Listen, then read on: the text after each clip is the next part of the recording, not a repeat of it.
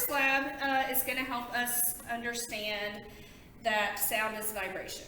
So in order to get students thinking about what sound is and where sound comes from, this lab just has several different investigations that they can go through.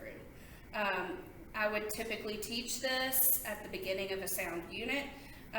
So you might start by just even taking them outside or having them listen in the classroom for what sounds they hear. Take them outside, all kinds of sounds outside, get them thinking about different sounds in their everyday world.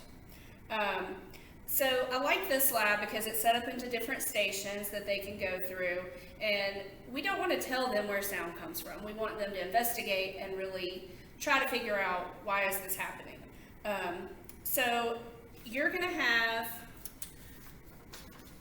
station templates that we will have in the lesson plan, and all your lesson plans are going to be in a nice template, hopefully, so that'll be easy for you to read and understand what I'm doing here.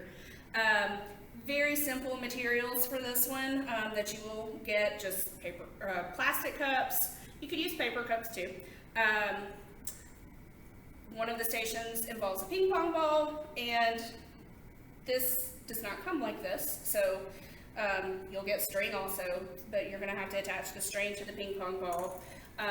Tuning forks are really cool. You can use them for all kinds of things. So you also have a mallet to strike the tuning fork, which gets really fun.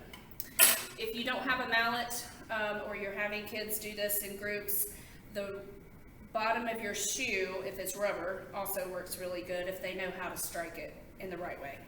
And then simple things like rulers and craft sticks. So as you see, very simple, but you're going to get all this to help you through each of these stations.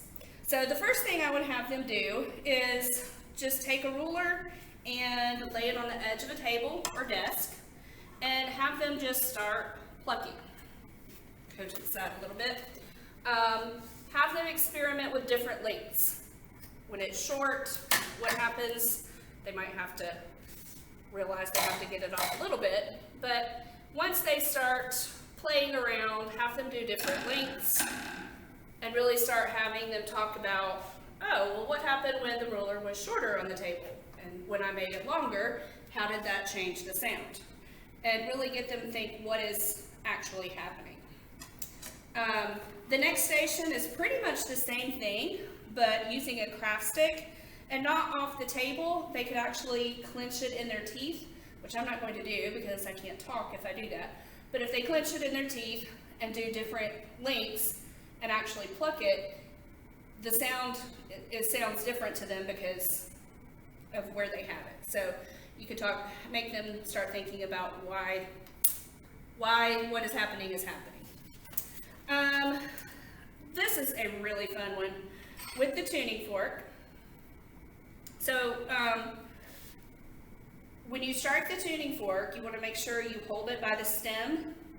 If you hold it by the prongs, it will stop the vibration. You don't tell them that it's vibrating. You want them to kind of figure out. So when you strike it, you're going to put it in the water. So if you've not done this, I'm going to do it real quick. I don't know if you can see what's happening. Strike it really good. Then stick it down.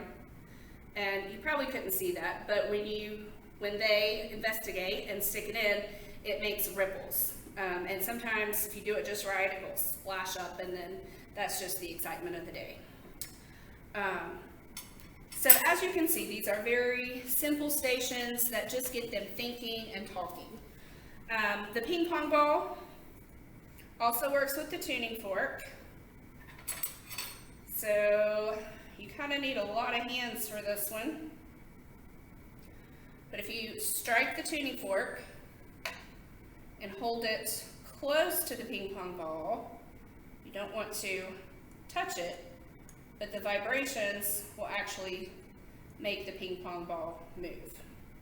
Again, it works better with two people and extra hands, but that gets really exciting too, because they start questioning, what did touch it? And, get all excited. So, a couple more in this. You can do all kinds of fun things with the tuning forks. You can strike it, kind of twirl it near your ear. That lets them hear different sounds. They start talking about what's doing that. If you stick the stem of the tuning fork on the table, put your ear to the table, that gives another great sound for them to explore and talk about with the tuning forks. And if you have different size of tuning forks, which we will give you, so you'll have different sizes, they can talk about what sizes make different sounds, and again, why some sounds are louder or have different pitches, which we won't get into pitch yet with them by this point, but that could be something to keep in mind. The last station would just be using a cup like this, and you would have a rubber band and just pluck the rubber band. Again, causes vibrations. So they could see with all these different activities create vibrations. Hopefully they will get to that idea after they do all these investigations. So that is one lab, and I'm going to kind of just mention another lab that goes with this, which involves more of our engineering standards. It's called Silence of the Bells. So it again involves vibration.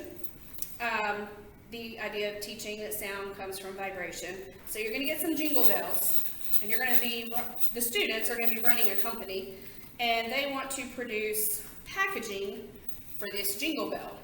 But the idea is they want to silence the bell. They can't, the idea is so the bell will stop jingling. So you're going to get all kinds of materials. Your packaging is going to be a plastic container that you'll get with lids for your students to try to package with different materials. Pom-poms, styrofoam, anything that they can come up with. And we'll have the sheets for that they can actually do a nice exploration and come up with some kind of packaging. So that makes it really fun. So hopefully after both of these, they will have a good idea that sound comes from vibration.